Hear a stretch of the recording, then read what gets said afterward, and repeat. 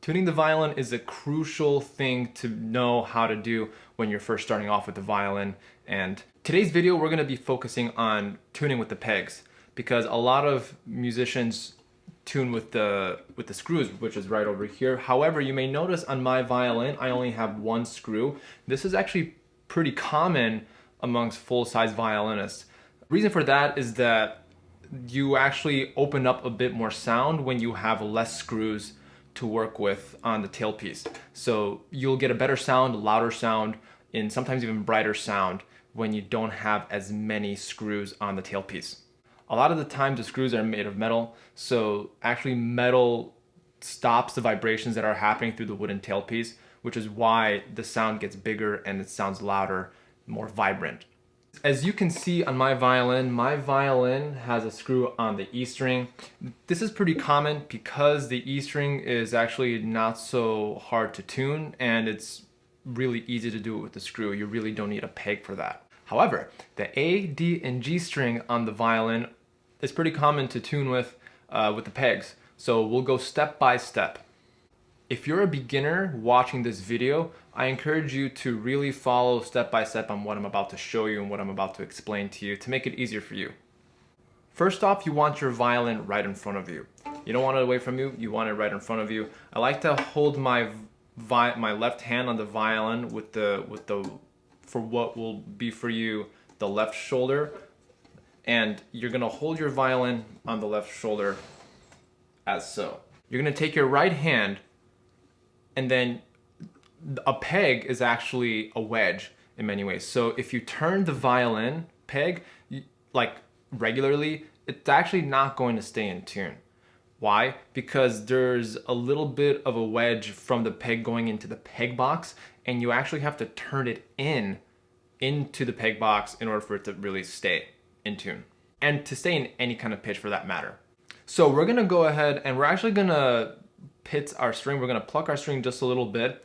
And I don't recommend this method for all violinists. This section of the tutorial is mostly for parents who are tuning their students' violins or their child's violin, and they just need a quick and easy solution.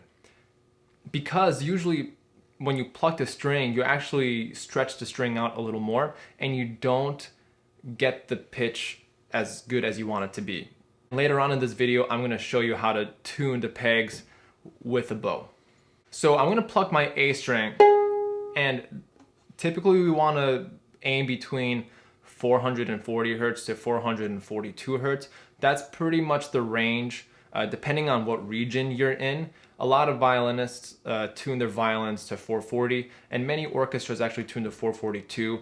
I know in Massachusetts and in the Boston Symphony, they actually tune to 441, which is really not that common, but there you have it. So for our sake, we're gonna tune to 440, and we'll see if you can follow along with this peg. So after you determined on what pitch you want to tune to, 440, 441, or 442, make sure you have a tuning app right beside you to really help you gauge what's too high and what's too low. And usually having a needle will really help you get the exact intonation, exact pitch. All right, here we go. So our A is obviously too low. So what I do is I usually hold my violin here, and I use my thumb to pluck the string. And as I pluck the string, I use my right hand, and for me, I'm gonna be turning it clockwise. And you hear that the pitch kind of goes up a little bit. That's totally fine. And I usually pluck the string and then tune, so pluck, then turn. So that way I know if I'm going up or down. If I pluck it, turn it, then there's no telling whether or not I've gone high or too low. So I like to turn the peg after the note has been plucked, or after the string has been plucked, and that time I hit an E, and there we go, we have an A string. And you would use the same method for the D and the G string if you want a quick fix. If you're a parent or if you're a teacher and you want a quick fix, this is the way to do it. So let's go to the D string, shall we? So the D string is obviously out of tune, almost heading towards a G. But same idea, but we're actually gonna reverse the roles. Our right hand is gonna sit on the right part of the violin, on the right shoulder, and it's gonna pluck our D string. And then our left hand is actually gonna turn counterclockwise. So to make it easier for you, you're actually, to tighten the string to make the pitch go higher, you're gonna turn the peg away from you. And if you wanna make it go lower, you turn it towards you. So here we go. So we have D string. And you may have noticed that the pitch went up as I turned the peg. Like I mentioned earlier in the video, you wanna make sure that you are turning in as you're turning the peg away from you. Of course, not too much. You want to be really delicate, because I've heard some horror stories that pegs actually chop off and we don't want that happening in your case. So do this with the grain of caution, and I think you'll be all set. And then lastly, let's just fix the G string, make sure it's good for us. So again, we're gonna pluck the string with our right thumb, we're gonna hold it, and we're gonna turn the peg away from us. So, and that time it was actually a little too high, so let me fix it. Good. And we have all 4 strings tuned. The E string, you could easily adjust it with the fine tuner to make it go higher, make the pitch go higher. You're turning it clockwise, and if you want to put the pitch down, you do it counterclockwise. So for those of you who want something a little bit more advanced on how to tune your violin, we're gonna use our bow this time. And there's a special kind of finessing that we have to really do in order to kind of tune with our left hand with the right peg. So if that means that we're gonna, that in this case my A is actually a little low, and I'm gonna put the pitch down. And what I'm doing is I'm putting my 2 middle fingers on top of the peg on the side, on the opposite side, right, like this. And while I'm turning it, I'm using this as like a way for me to push the peg in. Of course, you need to be cautious and you can't overdo it, all right? So we'll try that one more time. And if you can see my left hand,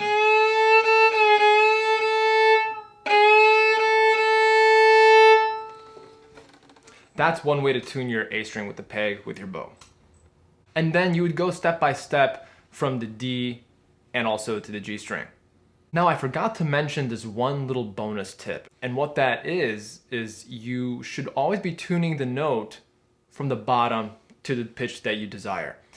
You don't want to go from the top pitch to the desired pitch, which is if it's lower, because you're going to stretch the string otherwise, and your pegs are going to be all messed up, and your strings are actually not going to be sounding as good if you continue doing this for a longer period of time. And also, when you're tuning with your bow, you also want to be tuning both strings at the same time. So once you've established your A on either 440, 441, or 442 hertz, then you tune strings the way that you normally tune. So after we tune the A, we're going to go ahead and tune the E alongside the A to match.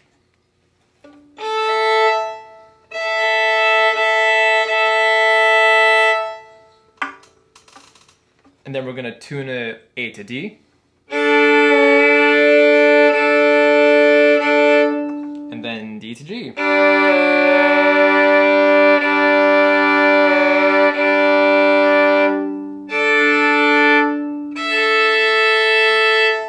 My E's actually not that in tune yet, so.